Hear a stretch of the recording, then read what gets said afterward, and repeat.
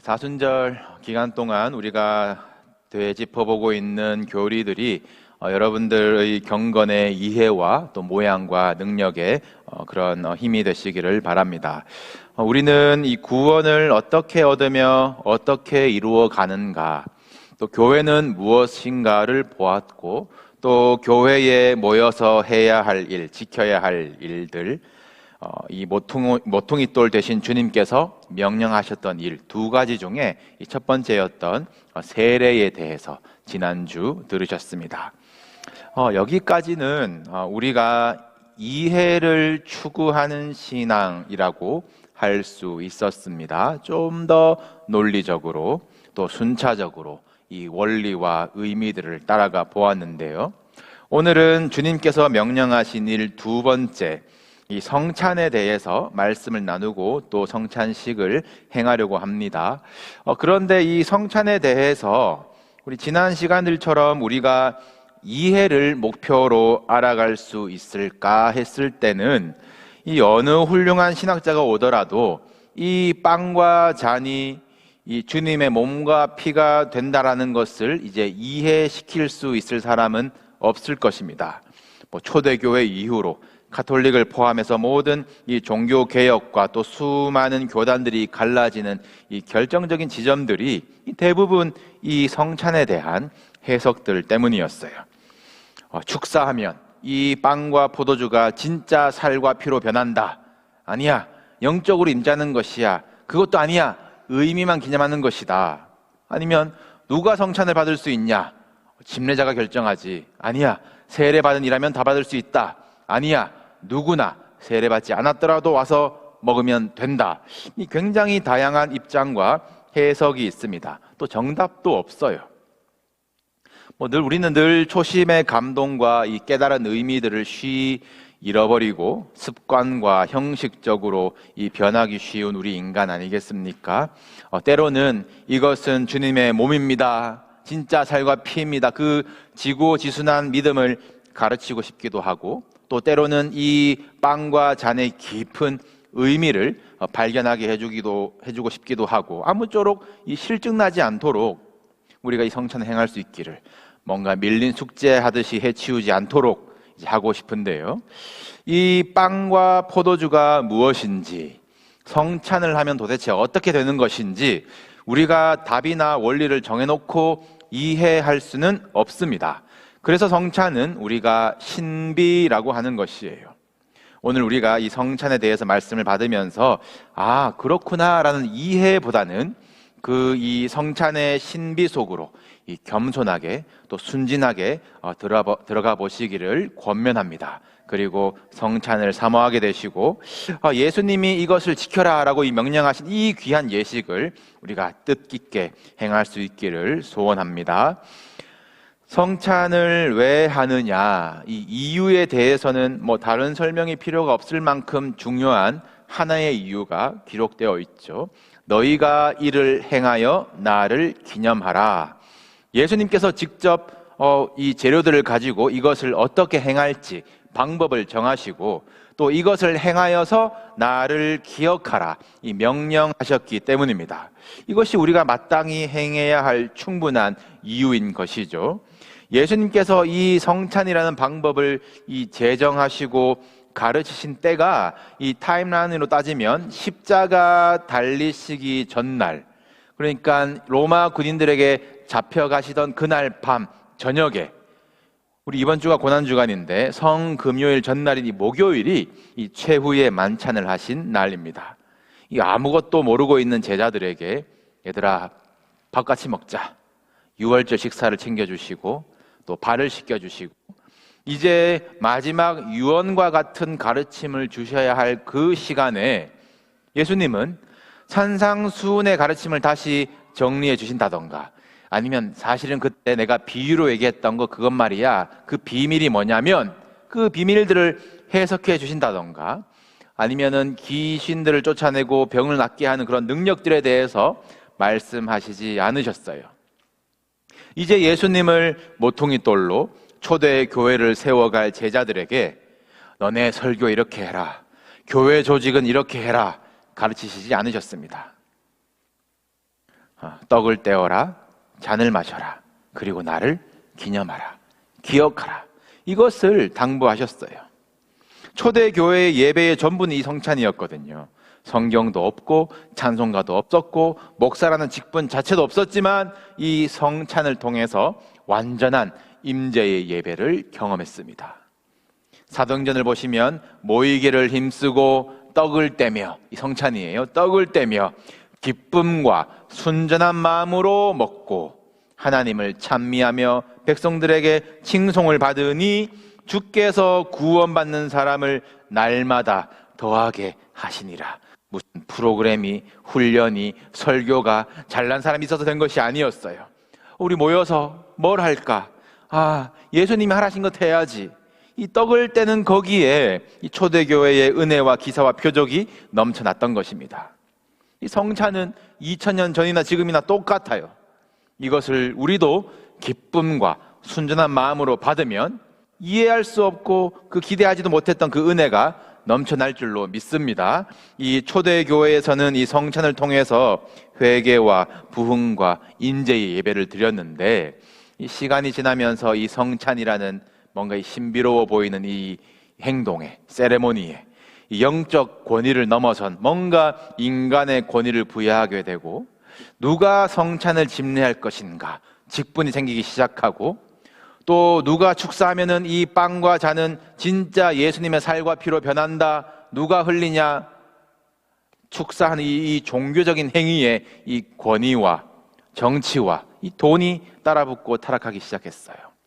이런 중세의 오랜 타락 암흑기를 지나서 오직 믿음으로를 주장하면서 종교개혁이 일어났습니다. 오직 믿음으로, 은혜로 되어지는 것이 우리가 믿는 구원입니다. 이 행위로, 공로로 어떤 공덕을 쌓아 올려서 구원에 합격할 줄 알았던 이 변질된 신앙이 해방되고 복음이 진짜 복음이 되었어요.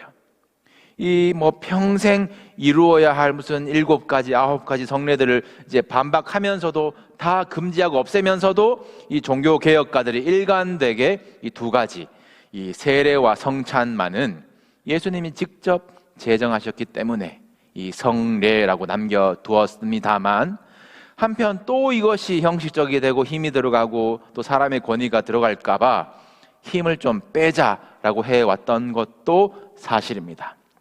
이 성찬 중심의 예배에서 점점 이 사람이 하는 무언가, 설교하고 앞에 나와서 어떻게 뭘 하고 이런 중심의 예배로 흘러가게 된 것이죠.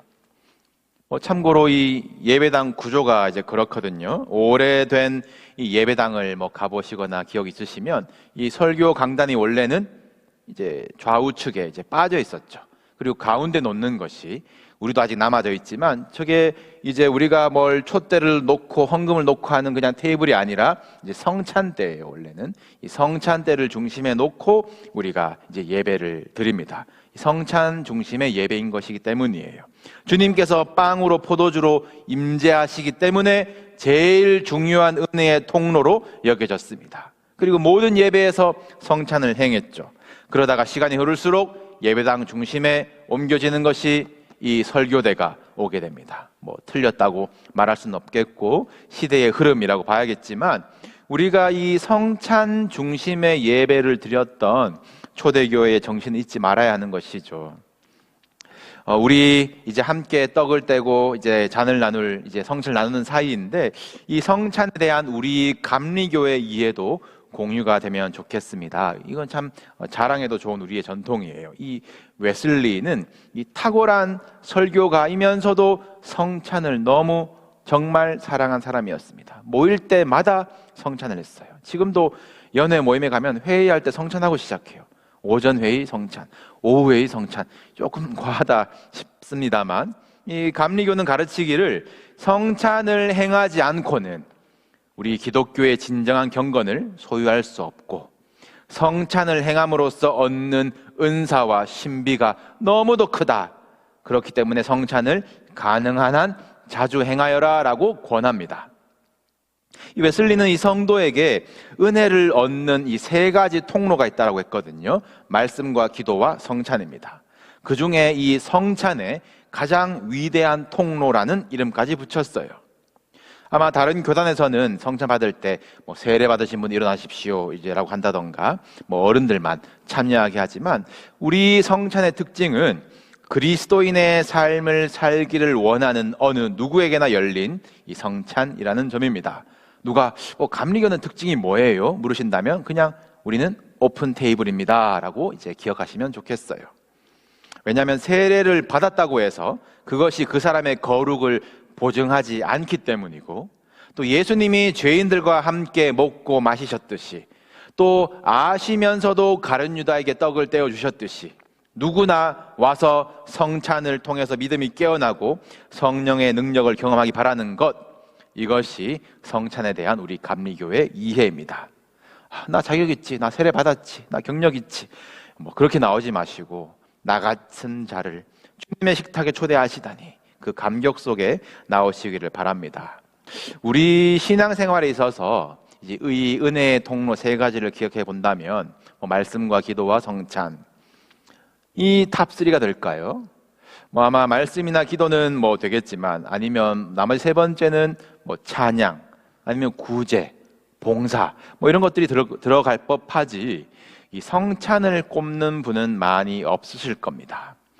나 오늘 은혜 받았어, 너무 좋아, 예배가 너무 좋다, 어떻다. 가장 크게 영향을 주는 것이 솔직히 저에게는 부담이지만 이 설교가 아닐까 싶습니다. 내가 듣고 판단할 수 있으니까요. 이거 나에게 필요한 말씀이야, 아니야, 취사 선택할 수 있습니다. 적용한다, 순종한다, 아니다, 내가 선택할 수 있어요. 그 다음 은혜의 수단은 기도이지 않을까요? 기도는 이 내가 하고 싶은 말, 내가 필요한 것을 말할 수 있기 때문입니다. 반면에 성찬은 어떻습니까? 성찬이 가장 위대한 은혜의 통로라는 표현에 얼마나 동감하십니까? 어쩌면 우리도 솔직히 이 성찬이라는 이 전통적인 이 행위라는 이 껍데기만 남아가고 있는 것은 아닌지 두려울 때가 있습니다. 이 성찬은 예수님이 잡히시던 그날, 그 밤, 그 직전에, 그 저녁에 예수님이 친히 알려주시고 이렇게 나를 기억해줘 부탁하신 의식입니다. 간단하게 알려주셨어요. 어려운 것이 하나 없습니다. 우리야 이 빵이나 포도주가 특별할 수 있겠지만 제자들에게는 그 당시 그냥 주식이었거든요. 예수님은 얘들아 뭘로 만든 빵을 가져와야 되고 몇 년 산 포도주를 가져와야 되고 무슨 귀한 음식 아니에요. 조건이 없습니다. 식후에 빵을 가지사, 식후에 잔을 가지사, 그냥 그 드시던 음식들, 일상의 음식들을 가지고 축복하시고 감사기도 하시고 받아 먹어라 내어주셨습니다. 우리들이 그냥 그저 받아 먹어주기를 원하셨어요. 내가 이해하며 내가 골라듣는 설교가 아니라, 나의 필요를 생각해서 말하는 것이 기도가 아니라, 있는 그대로 그것을 내 몸으로 그냥 내 살과 내 피로 받아들이는 것, 그렇게 주님과 연합하는 것, 이것이 성찬의 신앙, 성찬의 신비입니다. 이것을 행하여 나를 기념하라. 이 나를 기억하라라는 말이 조금 더 이제 일상 용어가 되겠지만, 이 기념이라고 번역된 이유는 이 원어 자체가 마음에 새기다, 마음에 기록하다라는 뜻이거든요. 이 성찬을 통해서 이 기억해야 할, 우리 마음에 기록해야 할 은혜가 참 많죠. 예수님이 차려주신 빵과 포도주는 유월절 식사였습니다. 유월절이 무엇입니까? 어린 양의 피가 발라진 집에 있는 어느 누구나 죽음이 넘어간 사건, 애굽에서 구원하신 하나님께 감사하는 식사였습니다. 이 성찬에는 감사가 기록되어야 되는 것이에요. 그리고 빵처럼 살을 찢으시고 포도주 같은 피를 흘리실 주님의 고난과 죽음을 기억하는 식사입니다. 주님의 희생을 마음에 기록하십시오. 그리고 성찬은 예수님이 이것이 내 몸이다, 내 피다 선언하신, 약속하신 그 임재가 있는 자리입니다. 그리스도께서 말씀대로 성찬 가운데 실제로 임하시고 임재하시고 우리가 그것을 먹을 때에 연합하게 되는 신비를 믿으시기를 바라요. 그리고 이 식탁은 우리가 천국에서 다시 만나서 앉게 될 이 우리 주님이 베풀어 주실 잔치상이에요. 그렇기 때문에 우리가 이 식탁에 모이는 우리들에게는 기쁨이 있고, 너희가 나누어라 말씀하셨듯이 이 식탁에 참여하는 이들이 서로 나누며 친교하는 기쁨의 자리입니다. 이렇게 기억해야 할 은혜가 넘쳐나는 성찬이고, 이것을 은혜라고 하는 이유는 우리가 다 거저받았기 때문이죠. 그런데 은혜와 반대되는 것들, 우리 안에 육신의 열매로 생겨나는 것들, 자격과 공로와 이기심들이 이 늘 은혜의 자리를 뺏어버리는 것이 우리의 신앙의 어려움들 아니겠습니까? 이 단편적인 예가 오늘 읽으신 본문의 이 고린도 교회 상황이었어요. 짧게 요약을 하겠습니다. 초대교회가 어땠습니까? 유대인이나 이방인이나 가난한 자나 부한 자나 주 안에서 한 형제 자매가 되었죠. 말로는 그랬습니다. 그런데 이제 하루를 마치고 교회에 모여서 예배를 드리는 거예요. 이제 예배라고 해봤자 이 성찬입니다. 그냥 우리처럼 뭐 빵 요만큼 뭐 포도주 한 모금 먹는 것이 아니라 이제 식사가 되게 이제 먹었어요. 그럼 누군가가 이 식탁을 준비해야 하는 건데, 이 뭐 조금씩 나눠서 가져오더라도 가져올 수 있는 사람이 누구겠어요?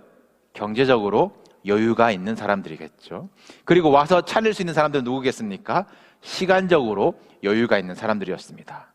이 당시 상황으로는 이 자기 시간을 자기가 컨트롤할 수 있는 사람들이 이제 일찍 올 수 있었던 것이죠.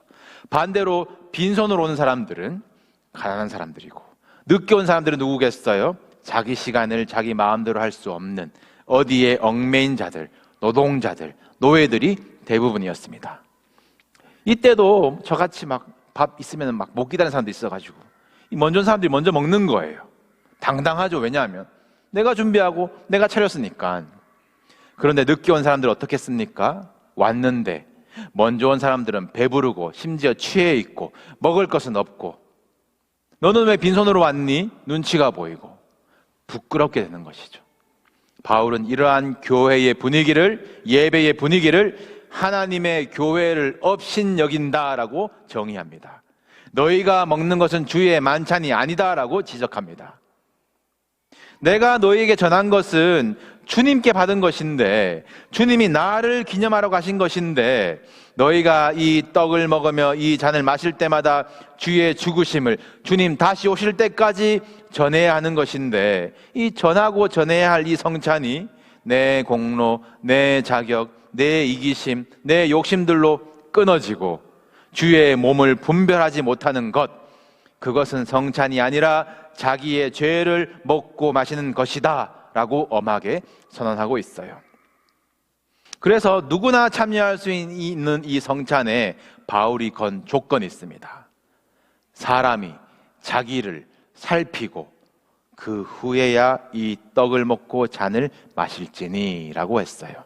사람이 자기를 살피는 것이 성찬의 조건입니다. 자기의 내면, 나의 구원을 점검하라는 말도 되겠지만, 오늘 문맥에서 고린도 교회 상황에서는 내가 은혜의 통로라고 누리고 있는 이것이 다른 사람을 부끄럽게 하는 것은 아닌지, 내 돈 냈고 내가 차렸고 내가 뭘 했으니까 내가 먼저지, 어떤 공로, 심지어는 그 은혜를 내가 먼저 차지하려는 그 영적인 이기심이 있는 것은 아닌지 자기를 살피라는 것입니다. 이것은 성찬에 대한 가르침이기도 하지만, 모여서 성찬으로 예배하였던 그 교회가 지켜야 할 가르침, 정신, 이 교회의 정신이기도 한 것이에요. 여러분, 자기를 살피십시오. 남을 살피는 것은 주의 몸을 분별하지 못하는 것이라고 했습니다. 자기를 살핀다라는 것은 주의 몸에 한 지체되고 연결되어 있고 모퉁이 돌에 잇대어 있는 내가 연결된 이들에게, 한 공동체 형제 자매에게 나는 어떤 은혜의 통로가 되고 있는가 살피라는 것이에요. 이것이 주의 몸을 분별하는 살핌이라고 했습니다. 그래서 11장 넘어서 12장에 가시면, 눈이 손더러 너는 필요 없네, 머리가 발더러 너는 덜 귀하네, 내가 더 건강해야지, 내가 영양을 다 받아야겠네 라고 할 수 없다라는 것이죠. 그리고 13장에 넘어가면 사랑이 없으면 아무것도 아니다 이어지는 것입니다. 사랑하는 성도 여러분, 예배의 원형, 이 성찬에는 교만이 있을 수 없습니다. 성찬 받는데 너 성찬이 뭔 줄 아니? 저거 어떻게 먹는 줄 아니? 지식에 아는 척 없어요. 자격에 잘난 척 없습니다. 오직 은혜로 나와서 그대로 몸으로 피로 받으시고 사랑으로 나누는 것이 성찬의 감격이에요. 우리 이러한 성찬의 강력한 은혜 가운데 우리 교회의 하나됨이 회복되기를 소원합니다. 우리의 예배가 설교가 참 좋네, 언변이 좋네, 메시지가 있네, 그래야 은혜가 되고 찬양이 참 듣기가 좋네, 감동이 되는 그런 우리가 세운 그 예배의 기준을 우리가 벗어버리고 겉을 살피는 거예요. 이 겉을 살펴서 막 하나님이 임재하셨다 판단하는 것은 아닌지 점검합시다. 겉보다 우리 자기를 살피는 것이에요. 성찬의 기쁨과 감사를 약속하신 것은 이 식탁이 화려해서가 아닙니다. 차린 것이 많아서가 아니에요. 소박한 일상의 식탁, 이 빵과 잔뿐이지만 예수님이 차려주시고 몸으로 피로 내어주시고 받아 먹으라 차려주신 주님의 식탁입니다. 자격 없지만 은혜로 이 초대받은 이 거룩한 식탁에 나와서 받아 먹으면, 받아 마시면 우리가 그리스도와 연합이 되는 이 단순하고 거룩하고 신비로운 예수님의 약속이 우리가 행할 때마다 기념이 되고 완전한 예배 되기를 우리 주님의 이름으로 축복합니다.